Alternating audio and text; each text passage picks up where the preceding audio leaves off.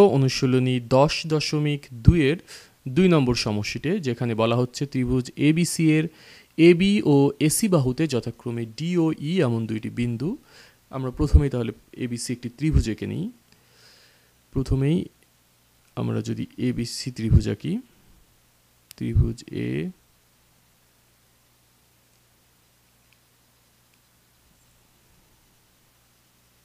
আমরা যদি A B C এই ত্রিভুজে বলে দেওয়া আছে এ বি এবং এসি বাহুতে ডি ও ই এমন দুইটি বিন্দু।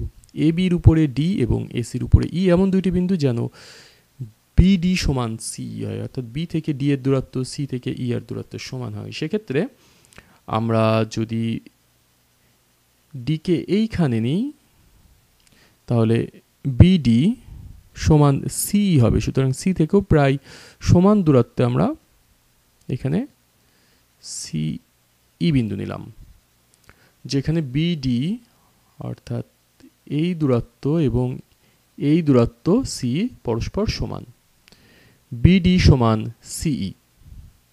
আবার বিই সমান সিডি, বিই সমান সিডি। তাহলে আমরা যোগ করে দিই বি এবং সিডিকে।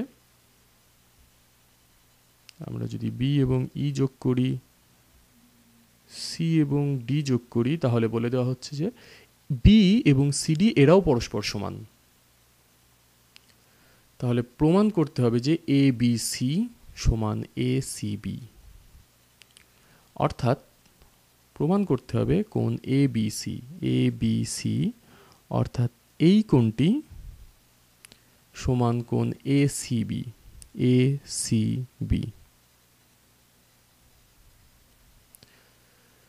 কোণ এ বি সি এবং কোণ এ সি বি, অর্থাৎ এই যে লাল চিহ্নিত যে দুইটি কোণ, সেই দুইটি কোণ আমরা বাইরের যেমন বৃহৎ এ বি সি ত্রিভুজেতে আছে, ঠিক ভেতরের ছোট D B C E C B এই জাতীয় ত্রিভুজগুলোর ভেতরেও এই কোণটি আছে।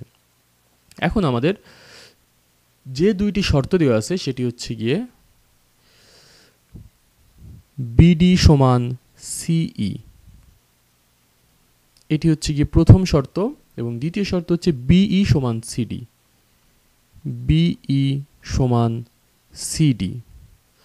কিন্তু আমাদের যদি কোনো দুইটি ত্রিভুজকে আমরা যদি এই দুইটি কোণ সমান প্রমাণ করতে চাই, তাহলে সবচেয়ে ভালো হচ্ছে গিয়ে আমাদের যে কোনো এরা যে দুইটি ত্রিভুজে আছে সেই দুইটি ত্রিভুজকে সমান প্রমাণ করা, এসব ক্ষেত্রে অন্তত এই অধ্যায়ের ক্ষেত্রে।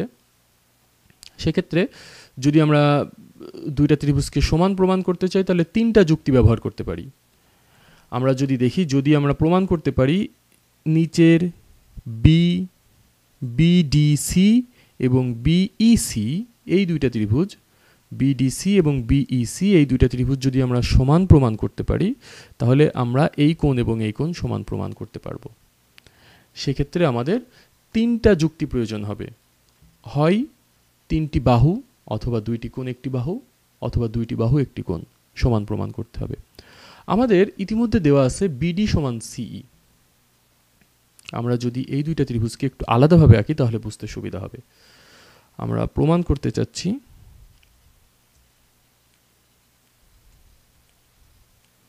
এই ত্রিভুজটি, যেটাকে আমরা বলছি ওখান থেকে ডি বি সি, এবং আরেকটি হচ্ছে গিয়ে বিইসি,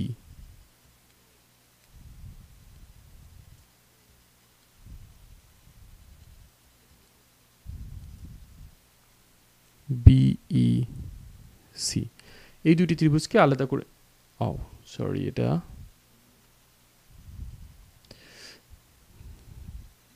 বিইসি।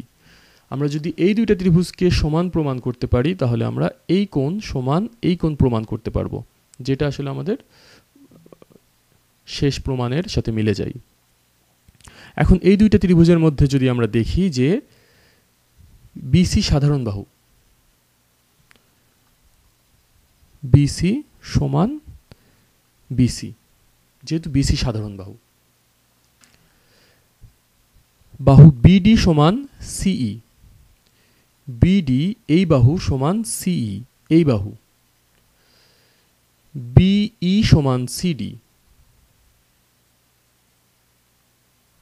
বিই সমান সিডি, এই বাহু সমান এই বাহু, এবং বিসি সমান বিসি, বিসি সমান বিসি। তাহলে আমরা দেখছি ত্রিভুজ বিডিসি এবং বিইসি এই দুই ত্রিভুজের তিন বাহু এই ত্রিভুজের তিন বাহুর সমান। সুতরাং দুইটি যুক্তি আমাদের দেওয়া আছে, তৃতীয় যুক্তি আমাকে সাধারণ বাহু থেকে নিয়ে আসলাম, নিয়ে এসে বাহু বাহু বাহু উপপাদ্য প্রয়োগ করে আমরা দেখালাম নিচের যে দুইটা ত্রিভুজ, এই দুইটা ত্রিভুজ পরস্পর সমান। দুইটা ত্রিভুজ যদি সমান হয় তাহলে আমরা বলতে পারবো এই ত্রিভুজের তিনটি কোণ ডানের এই ত্রিভুজের তিনটি কোণের সমান হবে, এবং কোণগুলো অবশ্যই নির্দিষ্ট কোণ হতে হবে। এখানে যদি আমরা এই বাহু এবং এই বাহু সমান দেখিয়েছি হচ্ছে গিয়ে এই বাহু সমান এই বাহু, সুতরাং তাদের মধ্যবর্তী অন্তর্ভুক্ত কোণ এই কোণ এখানকার এই কোণের সমান হবে। সুতরাং এখানে আমরা বলতে পারছি, যখন আমরা প্রথমে বললাম যে বিডিসি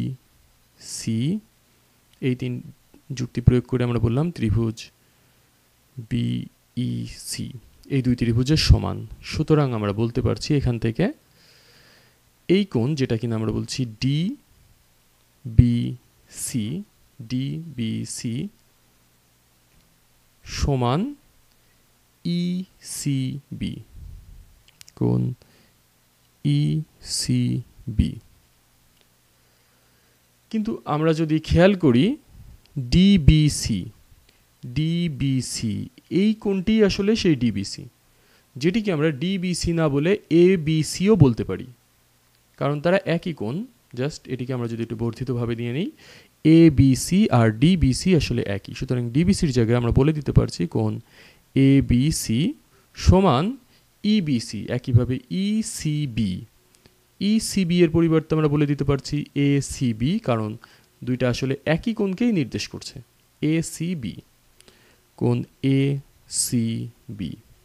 তাহলে এটিই ছিল আমাদের প্রমাণের লক্ষ্য, এবিসি সমান এসিবি, যেটা প্রমাণ করার জন্য আমাদের সরাসরি প্রদত্ত দুইটি সমান বাহুর যুক্তি ব্যবহার করেছি এবং একটি সাধারণ বাহুর যুক্তি ব্যবহার করেছি।